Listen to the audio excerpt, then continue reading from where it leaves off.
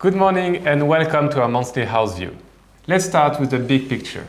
The US economy is slowing but not collapsing. Growth is moderating, inflation is under control, partly because foreign exporters are absorbing tariff costs, and the Fed is under pressure to ease.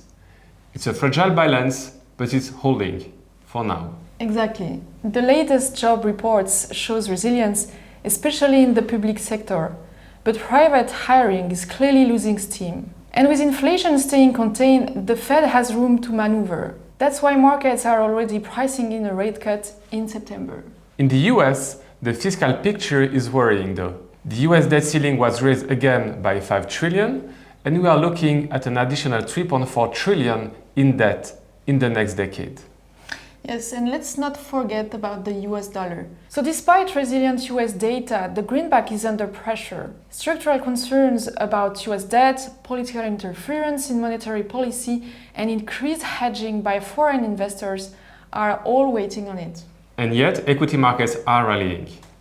The S&P 500 hit record highs in June. Investors are clearly betting on the reflation, not the recession scenario. The budget deal, the delay in tariff hikes, the prospect of monetary policy easing are all feeding into that optimism. But it's not without risk, especially with valuations already tight. Tech stocks have finally caught up, and there is a fair amount of optimism around Q2 earnings. If companies manage to absorb the cost of tariffs without too much margin erosion, the rally could continue.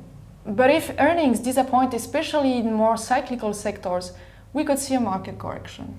And that is why we are staying invested, but more selectively. We are overweight US tech, especially software and semiconductors, and financials. In Europe, we like industrials, particularly aerospace and defense, as well as utilities. These sectors offer both structural growth and some protection in a volatile environment. Indeed, Europe might surprise to the upside.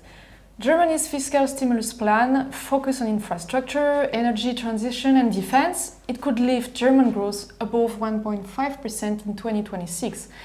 And that's going to be a key support for the regional recovery. We continue to favor small and mid caps in Europe that offer strong growth potential and low valuations. In Switzerland, we also favor dividend strategies that have historically been effective in an environment characterized by low interest rates and market volatility. They offer a combination of income generation and potential for capital appreciation.